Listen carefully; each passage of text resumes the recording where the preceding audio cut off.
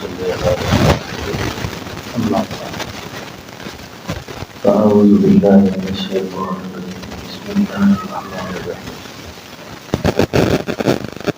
عجب اور تکبر یہ دو الگ الگ مضمون ہیں۔ عجب کی کیا علامت ہوتی ہے اور تکبر کی کیا علامت ہوتی ہے؟ عجب میں بندہ دوسرے کو حقیر نگاہوں سے دیکھتا ہے، تکبر میں ساتھ اپنی بڑائی کی ہوتی ہے۔ بات سمجھ آ گئی؟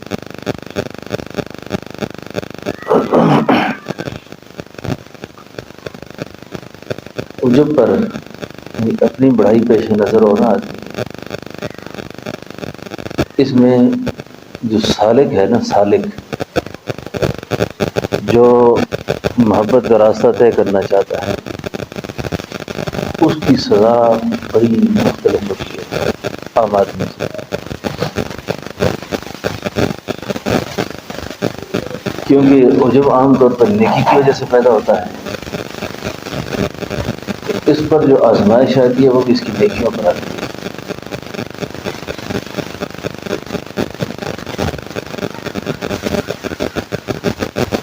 اور پھر وہ سزا بعض اوقات طویل ہو جاتی ہے۔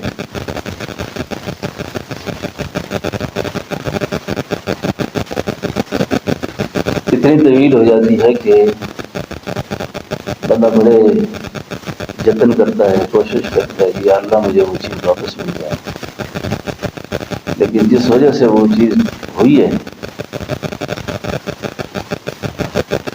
اس طرف اس کی نگاہ نہیں ہوتی۔ ورنہ بندہ مومن کوئی بھی ہو، اس کی اللہ کی طرف بڑھنے کی سب سے بڑی علامت یہ ہوتی ہے کہ جتنا اس کا سفر قرب کی طرف بڑھتا ہے وہ اندر سے اتنا زیادہ عاجز ہوتا ہے، اس پر کو اپنی کسی نیکی کا گھمنڈ نہیں آتا۔ مولانا الیاس صاحب رحمۃ اللہ علیہ ساری دنیا کو پتہ ہے کتنا بڑا انسان تھا، اللہ نے ان سے کتنی بڑی دین کی خدمت کی جس کی مثال گزشتہ کئی صدیوں میں نہیں ملی۔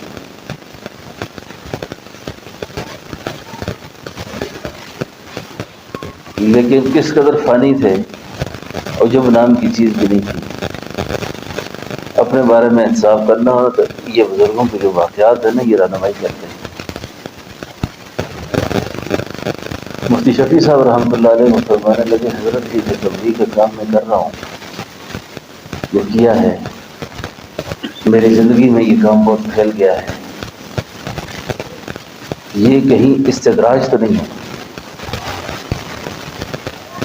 یہ کہیں استدراج تو نہیں ہے۔ استدراج اور کرامت یہ دو چیزیں ہوتی ہیں۔ استدراج جو ہوتا ہے نا، یہ کفار سے، فساق سے، بے دین لوگوں سے، وہ بھی اگر کوئی دین کا کام کر لیں، کوئی اچھا کام کریں اور اس کو پذیرائی مل جائے، اب یہ شخص اپنے بارے میں کیا گمان کرتا ہے کہ یہ استدراج تو نہیں ہے۔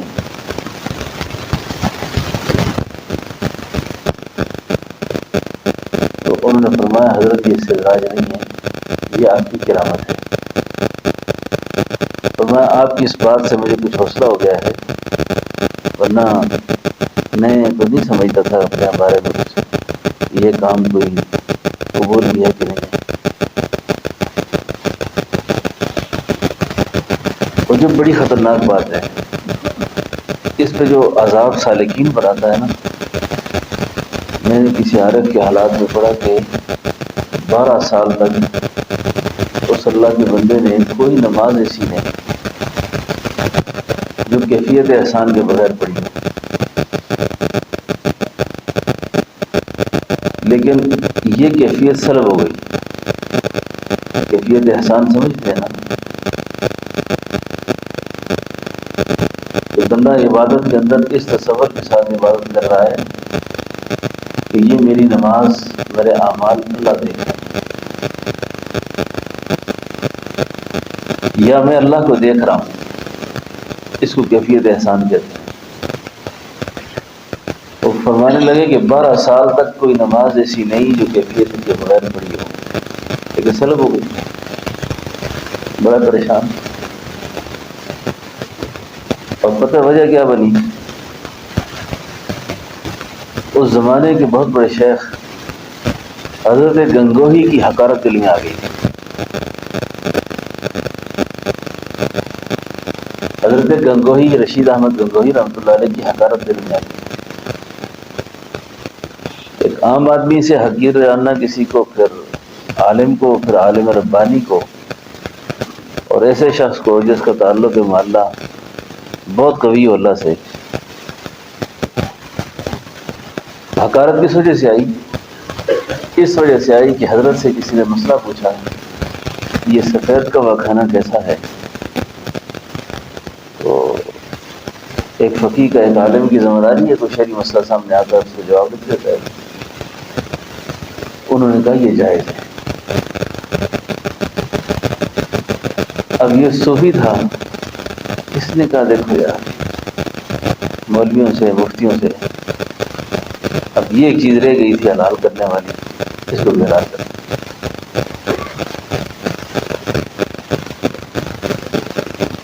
تو بہت عرصے کے بعد رہنمائی ہوئی، بہت روتے رہے کہ مجھ سے یہ کیفیت کیوں چلی گئی ہے.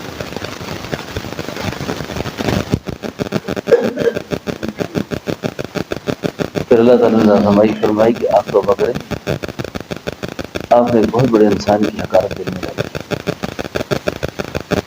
ہمیں بھی پتہ نہیں ہوتا ان چیزوں کا. آج سوشل میڈیا کا دور ہے نا، کسی عالم کے خلاف کوئی کو پروپیگنڈا کرتے ہیں نا،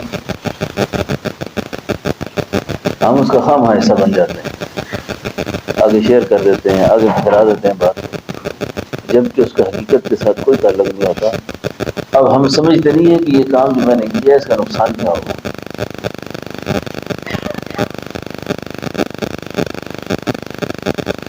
میں آپ کو ایک اپنی بات سناؤں بڑی عجیب. یہ جو عجب ہے نا، اس کے اندر بڑی باریک چیزیں ہیں جو بندہ سمجھتا نہیں ہے. یہ لفظ عجب یا تکبر جو ہے نا، الفاظ میں تو بیان کر دیتے ہیں، لیکن اس کے اندر بھی بڑی باریکیاں ہیں.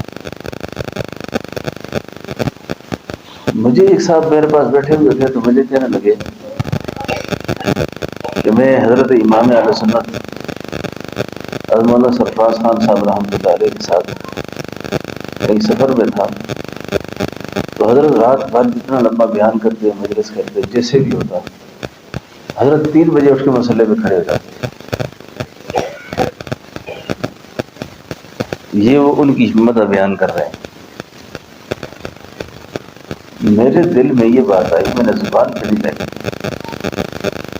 میں نے کہا ہم جیسے گناہگار اگر اٹھ کے کھڑے ہو سکتے ہیں، اتنے بڑے آدمی اگر کھڑا ہو گیا تو کرسی اتنی بڑی بات ہے. یہ ایسے دل میں پھری یہ بات سمجھ رہے میری؟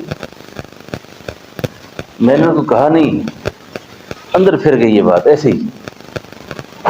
اتنا بڑا انسان ہے وہ، اس کی ابتدا میں اتنی مخلوق چلتی ہے، اگر وہ کھڑے ہو گیا تو کرسی اتنی بڑی بات ہے. ہم جیسے لوگ کھڑے ہو جاتے ہیں. بس دوسرے دن، تیسرے دن ختم ہو گیا معمول. بہت اچھا معمول تھا میرا، ختم. اپنی بات کر رہا ہوں. بہت عرصے کے تک پریشان رہا، دوستوں کو، بزرگوں کو لکھتا رہا کہ اللہ کی مجھ سے یہ معاملہ ذرا ٹھیک نہیں ہے.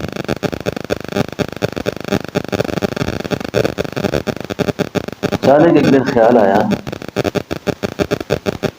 اس طرح پہلے خیال آیا تو پھر خیال آیا. آپ تو سوچ رہے تھے کہ یہ تو اتنی بڑی بات نہیں ہے کہ اگر امام اہل سنت ہو کہ اتنا بڑا آدمی ہے تو کھڑا ہو گیا تو کون سا کمال ہے.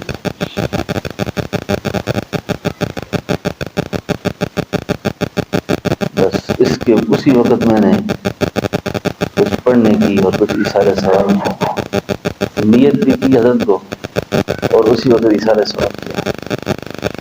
بزرگوں نے لکھا ہے کہ کسی شخصیت کے بارے میں جب کوئی ایسی بات ہو جائے تو ان کو فوری اثار ثواب کرو، ان کو بخش دو، کیونکہ توفیق کے بغیر نہیں ہوتا۔ پھر عام طور پہ ہمیں جو عجب جو پیدا ہو جاتا ہے نا، اس کی ایک اور وجہ بھی ہے کہ ہم اپنی پردہ پوشی کی طرف ہماری نگاہ نہیں ہوتی۔ اب معلوم نہیں کہ یہ شخص جس کی آپ حقارت کر رہے ہیں اس پر آزمائش ہے، اس پہ کوئی امتحان چل رہا ہے۔ اب وہ کسی امتحان میں ہے، اب اس امتحان کی وجہ سے وہ بیچارہ تو مستقل الگ ایک پریشانی ہے اس کو۔ اب آپ کو حقارت کرنے سے کیا فائدہ اس کی؟ آپ اس کو کیوں ہلکا سمجھ رہے ہیں؟ بدکاری کا ارتکاب جو ہے نا، کتابوں میں لکھا ہے کہ بہت سے بھی ہو سکتا ہے۔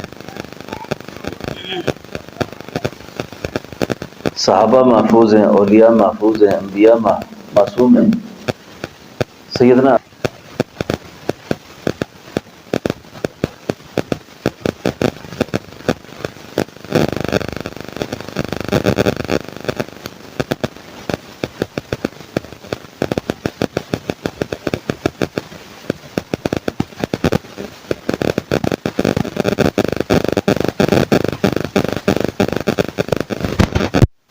جس کو اللہ کے نبی کی فوج ہے،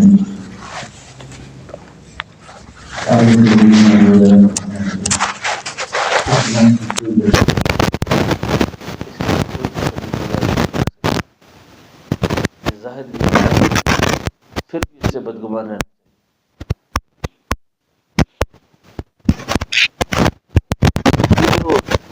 یہ جو سبق آج مولوی صاحب بیان کر رہے تھے، یہ سبق ہمارا وہ سبق ہے جو سبق ہمیں کہیں دوسرے طرف غور کرنے کا نہیں دیتا۔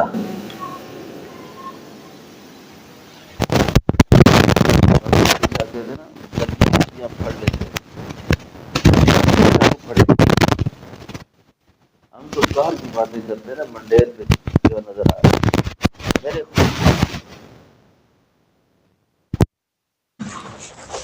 اگر اجازت ہو جائے تو کوئی کسی کو منہ دکھانے کے قابل نہ ہے۔ عبداللہ مدثر جیسا آدمی ہزاروں لاکھوں حادثوں کو محدث، کتنا بڑا انسان گزرا ہے۔ آدمی جتنا بھی نیک ہو جائے نا، جتنا بزرگ ہو جائے، یہ بات اندر شریعت سے مستثنا نہیں ہوتا والی، یہ بات یاد رکھنے والی ہے۔ مسجد میں کتنا آدمی بوڑھا ہو جائے، کتنی عمر اس کی زیادہ ہو جائے، عام طور پہ یہ نکاح گاؤں دیہاتوں میں ہوتے ہیں نا، تو بچی سے نکاح پہ فارم پہ دستخط کرنے کے لیے ایک غیر محرم کو اندر بھیجا جاتا ہے۔ گاؤں کا بڑا ہے یا خاندان کا بڑا ہے، لیکن ایک غیر محرم کو، یہ بالکل شرم ناجائز ہے، اس پر لوگوں کی نگاہ نہیں ہوتی۔ بزرگوں نے لکھا ہے کہ جو عمر میں جتنا زیادہ ہو جائے نا، نفس کے اعتبار سے اتنی زیادہ خطرناک ہوتا ہے، اس کو اپنے اعصاب پر کنٹرول نہیں ہوتا۔ جوان آدمی پھر کنٹرول کر سکتا ہے، بوڑھا کنٹرول نہیں کر سکتا، بوڑھا بہت زیادہ معذور ہوتا ہے اور نفسانی خواہشات کے اندر اور زیادہ کمزور ہوتا ہے۔ عبداللہ مدثر رحمۃ اللہ علیہ بہت بڑے شیخ ہیں، عجب پیدا ہوا، حقارت پیدا ہو گئی آتش پرستوں کے لیے۔ دیکھو کافروں نے بھی اپنے لیے کفر پسند نہیں کیا، جتنا بھی گناہ گار آدمی ہو اس کی جو تنہائی کی زندگی ہوتی ہے نا، کئی دفعہ وہ اپنے آپ کو ملامت کر رہا ہوتا ہے، کئی دفعہ وہ ملامت کر رہا ہوتا ہے۔ مجھے ایک چور نے کہا، اپنی بات کرتا ہے، ایک چور نے کہا کہ میں نے حضرت کہیں سے کوئی چیز چرائی ہے،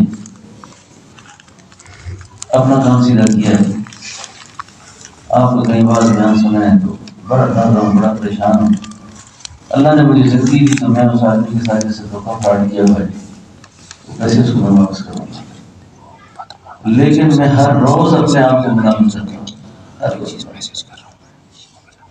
میری نیند اڑی ہوئی ہے، میں ہر روز اپنے آپ کو ملامت کرتا ہوں میں نے بہت غلط کام کیا ہے، لیکن مجبور ہو کے کہا کہ ایسا نہیں ہے۔ اب اس کی تو یہ حالت ہے، اب دوسرے آدمی نے مجھے کہا کہ حضرت یہ بہت بڑا چور ہے، سے اپنی جان بچا کر کے یہ بڑا ٹھگ ہے، بڑا فراڈی ہے یہ۔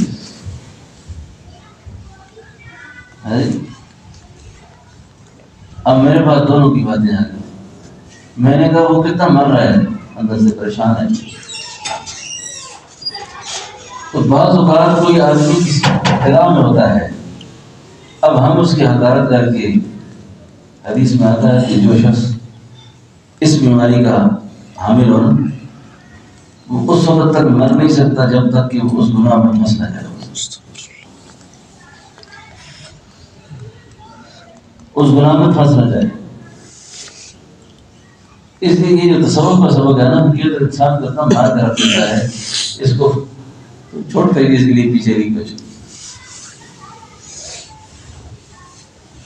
اور تصوف میں کوئی بزرگ چلے گئے نا تو جماعت اسلامی کی کوئی بڑی شخصیت تھی، تو بڑا آدمی تھا، ان کے ساتھی تھے، تو وہ رائے پوری سے مرید ہو گئے۔ انہوں نے کہا اب میرا خسی ہو گئی، اب یہ خسی ہو گیا۔ میں کسی نے کہا کیوں؟ انہوں نے کہا بس جو شعبہ اس نے اختیار کیا ہے نا اس میں چوچرا نہیں ہے، بالکل اس میں ہائے بائے نہیں ہے، اس میں ہر دن آئے روز خود جینا ہوگا، اس نے خود مرنا ہوگا اس نے۔ لیکن یاد رکھیں کہ انجام کے اعتبار سے دین کے جتنے بھی شعبے ہیں سارے اچھے ہیں، لیکن اگر اس شعبے کا ٹچ نہیں ہے نا تو سارے شعبے جہنم میں لے جائیں گے، کیونکہ احتساب تو یہاں پیدا ہوتا ہے، احتساب آدمی یہاں پر کرتا ہے، ورنہ لوگوں کی تعریفوں میں ہوتا ہے کہ میں دیکھا تو بڑا بزرگ آدمی ہے، یہ ہو گیا بھیا بھیا کا خوش پڑ رہتا ہے۔ تو حضرت اندرسی کی نگاہ پڑ گئی آتش پرستوں کی بیٹی پر، تو کہنے لگے میں اس سے شادی کرنا چاہتا ہوں۔ بڑے بڑے مریدین ان کے بڑی شان والے، حضرت یہ یہودی کی بیٹی ہے، آتش پرستوں کی بیٹی ہے، دیکھو کچھ بھی بات کرو اس سے۔ جب ان سے بات کی اس قبیلے کے سردار سے، اس نے کہا میں ٹھیک ہے رشتہ دوں گا، پر 1 سال تک جنگل میں میرے سور چرانے ہوں گے۔ ناراضگی آ گئی، اتنا بڑا شیخ اس بات کے لیے تیار ہو گیا کہ میں سور چراؤں گا، مجھے بیٹی دے دے۔ اور جو ان کفار کی جو علامتی چیزیں تھیں نا وہ بھی شیخ کے گلے میں ڈالی، چرا رہے ہیں سور۔ حج کا قافلہ 40,000 مریدین ساتھ تھے، حج پہ چلے گئے، اور روتے رہے، حضرت اللہ سے دعا کرتے رہے کہ اللہ ہم شیخ کو کس پریشانی میں چھوڑ کے آئے ہیں، ہم سے جدا ہو گئے، واپس اندلس جائیں گے تو لوگوں کو کیا منہ دکھائیں گے کہ کیا ہوا ہمارے ساتھ۔ واپس جب اندلس آئے، سفر واپس ہوئے 7 مہینے 10 مہینے کے بعد، وہاں سے گزر ہوئے جہاں وہ آتش پرستوں کی بیٹی کے چکر میں یہ آئے تھے۔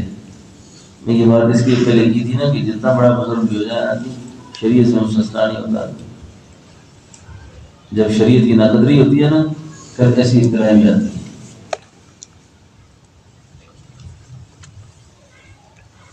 ساتھیوں نے کہا کہ شیخ کا پتہ کرو کہاں ہے، گئے جنگل میں صبح چرا رہے تھے، سیٹیاں بجا رہے ہیں، داڑھی سے مچھیں بڑی ہیں، مچھوں سے داڑھی بڑی ہے، پوچھتے ہیں حضرت خیریت ہے، ٹھیک ہے، کیا حال ہے آپ کا؟ خیر ہے۔ کہا تو قرآن و سنت کے بہت بڑے عالم تھے، یہ کیا ہوا آپ کے ساتھ، کوئی یاد ہے آپ کو اس وقت؟ انہوں نے کہا کہ قرآن کی ایک آیت یاد ہے، باقی سب بھول گیا۔ قرآن کی صرف ایک آیت یاد ہے، یضل بہ کثیرا ویہدی بہ کثیرا، بہتوں کو خدا نے گمراہ کیا اور بہتوں کو ہدایت دی۔ اس سے زیادہ یاد نہیں کچھ بھی۔ اب یہ جو جماعت تھی مریدین کی، شاگردوں کی، جو مجلس کے بڑے محدث تھے، یہ اللہ کے سامنے روئے سو کر کے اللہ ہم واپس جانے کے قابل نہیں ہیں۔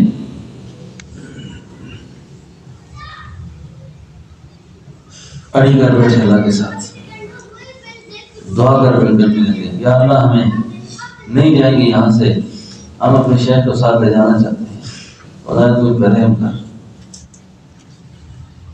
دعا مانگتے رہے۔ تھوڑی دیر کے بعد بارش ہوئی۔ بارش میں جب یہ مکمل بھیگ گیا اپنے ساتھیوں سے پوچھنے لگے کہاں ہوں میں؟ نے کہا حضرت آپ جنگل میں ہیں۔ کیا کر رہا ہوں؟ کسوہ چرا رہا ہوں۔ کہ کس گناہ کی پاداش میں؟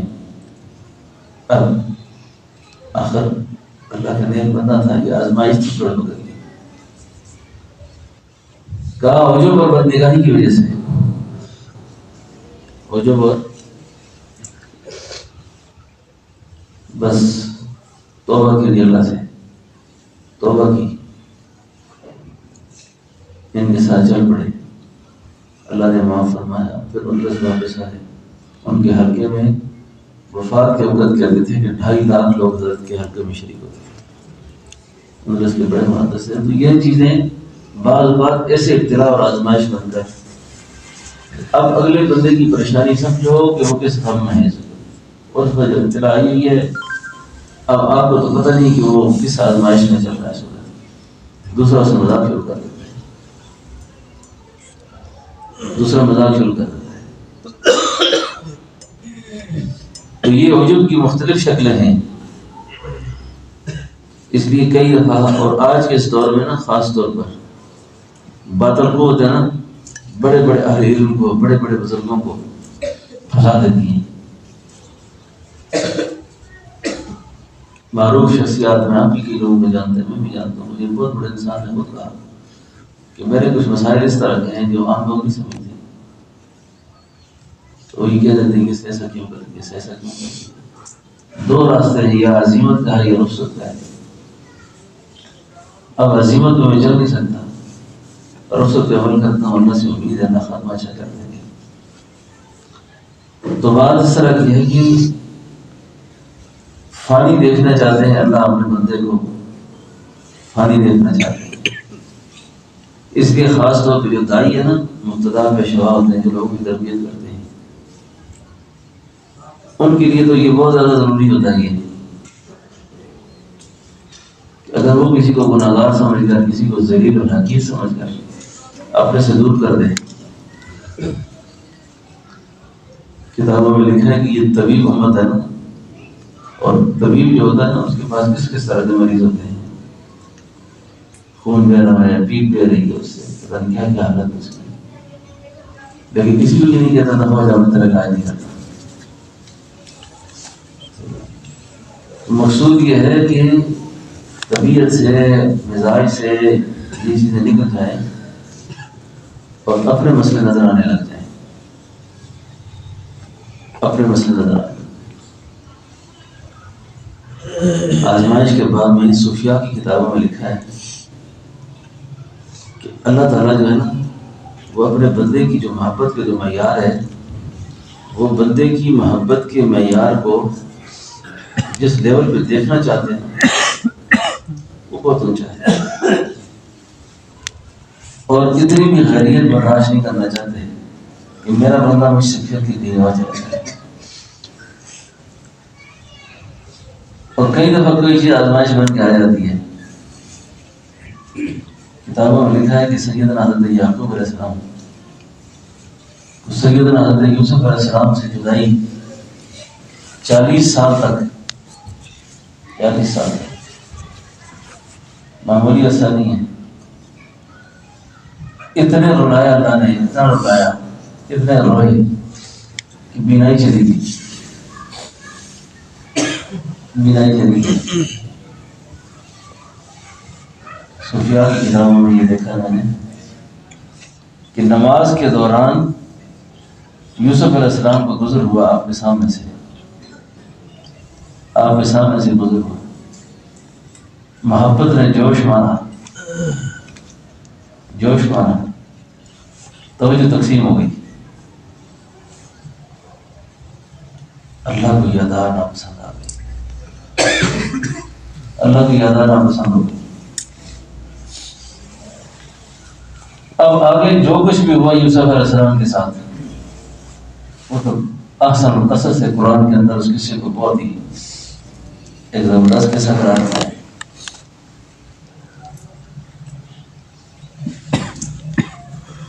آپ میں جو میں مضمون سمجھانا چاہ رہا ہوں سمجھ رہے نا ساری بات۔ اب کتنی جدائی ہو رہی ہے، اب انبیاء علیہ السلام کے بارے میں اگر ایسا تو معاملہ ہونا تو کفار سے ہو جائے تو قرآن اس کو کہتے ہیں یہ زجر ہے، زجر۔ انبیاء سے ہو جائے تو اس کو تنبیہ کہتے ہیں، یہ تنبیہ تھی۔ کتنی لمبی تنبیہ ہوئی کہ سب سے محبوب بیٹا،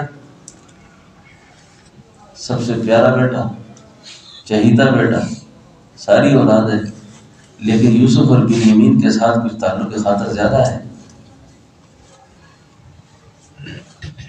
جدائی میں ڈال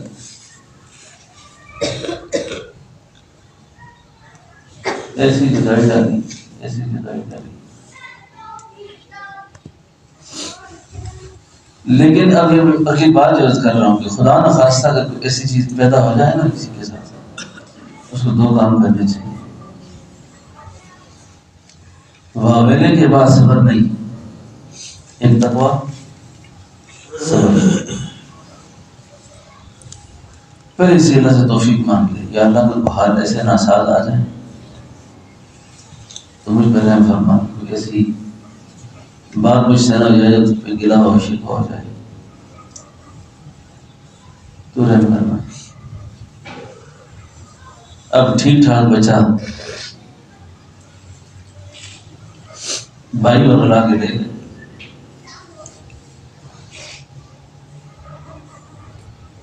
مارنے کا منصوبہ بنایا کہ نہ مارو، مارنا ٹھیک نہیں ہے۔ ان کے نزدیک یہ رحم تھا کہ مارنے سے ایسا نہیں ہوگا، اس کو کنویں میں پھینک دو۔ ایک ظاہری نظام ہے، ایک اللہ کا تکوینی نظام ہے، وہ نظام الگ کام کرتا ہے۔ اب میں آپ کے بارے میں کچھ سوچتا ہوں، آپ میرے بارے میں کچھ سوچتے ہیں، تقدیر مسکرا رہی ہے، پردہ غیب میں کچھ اور منصوبے ہو رہے ہیں۔ اللہ اکبر۔ قصہ طویل ہے بہت، اللہ یوسف علیہ السلام کے ساتھ کنویں میں کیسے نکلے، پھر مصر کے ہاتھ کیسے گئے، مصر کے بازار میں کیسے گئے، کیا کیا قصہ ہوا ان کے ساتھ، کیا کیا ہوا ان کے ساتھ، پھر یہ آزمائش ختم کیسے ہوئی، اتنا عرصہ یہ راز کیسے رہا۔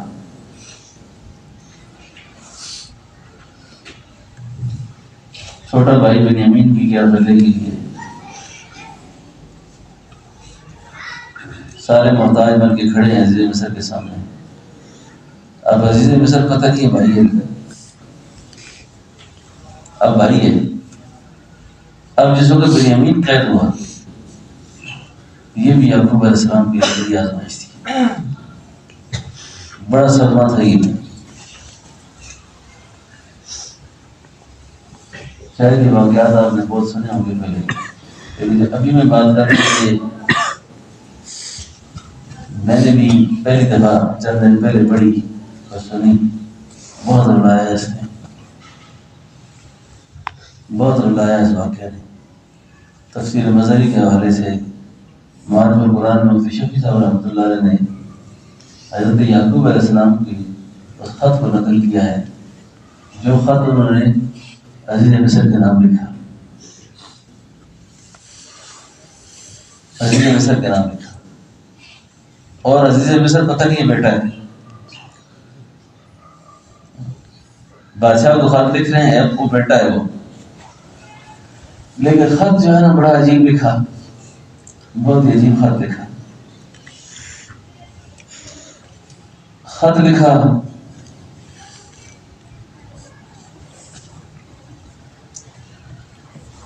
کیونکہ اس سے پہلے جب بنیامین گرفتار تھا اور جو معاملات وہاں ہوئے تھے، من جانب اللہ جو ہے نا یوسف علیہ السلام، کیونکہ وہ اللہ کے پیغمبر تھے، کہ پیغمبر کی جو گفتگو ہوتی ہے، پیغمبر کی جو بات ہوتی ہے، منشاء خداوندی کے بغیر ہو نہیں سکتی.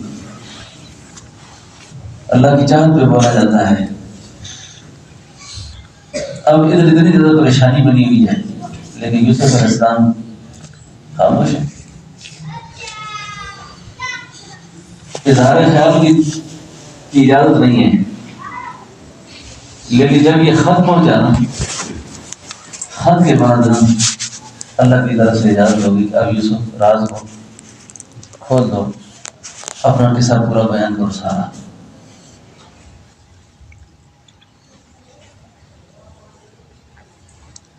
تو یعقوب علیہ السلام نے جب عزیز مصر کو خط لکھا نا، تو یہ بات ذہن میں آ گئی کہ مصر، عزیز مصر بیٹے ہیں یوسف علیہ السلام. خط میں لکھتے ہیں کہ من جانب یعقوب صفی اللہ بن اسحاق ذبیح اللہ، یعنی میں یعقوب صفی اللہ خط لکھ رہا ہوں، میرے باپ کا نام اسحاق ذبیح اللہ ہے، بن ابراہیم خلیل اللہ. یہ خط کا سرنامہ جس کو کہتے ہیں نا، یہ ابتدا ہے. بخدمت عزیز مصر، بخدمت عزیز مصر. ہمارا پورا خاندان آزمائشوں میں اور بلاؤں میں گرفتار رہا ہے. اپنا قصہ شروع کرتے ہیں. ہمارا خاندان پورا آزمائشوں اور بلاؤں میں گرفتار رہا ہے، بلکہ آزمائشوں اور بلاؤں میں میرا خاندان بہت معروف ہے. میرے دادا حضرت ابراہیم کو آگ میں ڈالا گیا تھا،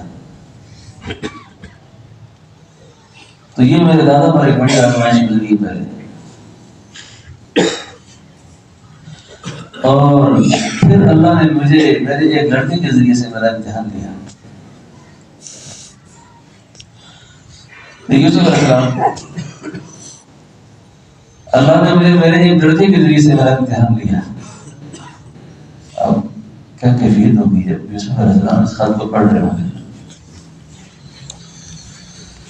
اب وہ لڑکا جو خط پڑھ رہا ہے اسی کو کہہ رہے ہیں اللہ نے، اس لیے یہ بہت ایسی چیزیں ہیں نا جی، میں سوچتا رہتا ہوں کہ یہ ہمارے مسئلے کی مسائل میں نا، علم غیب کا مسئلہ ہے، یہ چیزیں ساری اللہ کی ہیں. نہ دے تو نہ دے، غیب کا علم اللہ کا ہے.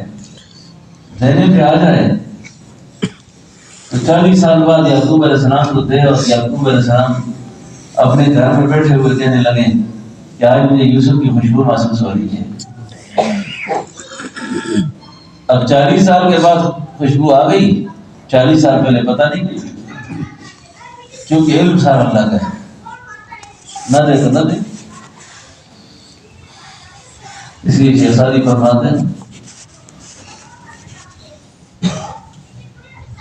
پشت پا میں مکھی بیٹھی ہو تو اس کی خبر نہیں ہوتی اولیاء کو، اور خبر دینے پہ آ جائے تو عرش سے بھی اوپر کی خبر دے دیں. اب یعقوب علیہ السلام کو 40 سال رلایا، خط لکھتے ہیں عزیز مصر کے نام، اور پتہ نہیں بیٹا ہے بادشاہ وہاں کا، اور بیٹے کو کہتے ہیں کہ پہلے میرے دادا پہ ایسے پریشانی آئی، پھر مجھے اللہ نے لڑکا دیا، اب میں لڑکے کی وجہ سے پریشان ہوں. اور وہ مجھے بہت ہی محبوب تھا، اس کی مفارقت سے میری بینائی بھی چلی گئی ہے، اس کی جدائی سے میری آنکھیں بھی چلی گئی ہیں، نظر بھی نہیں ہے میری. تو اس کا ایک چھوٹا بھائی تھا، یعنی میرا ایک بیٹا تھا بنیامین، چھوٹا بھائی. تو وہ مجھ غمزدہ کی تسلی کا سامان تھا، وہ مجھ غمزدہ کی تسلی کا سامان تھا. اس کو بھی آپ نے چوری کے الزام میں گرفتار کیا گیا ہے.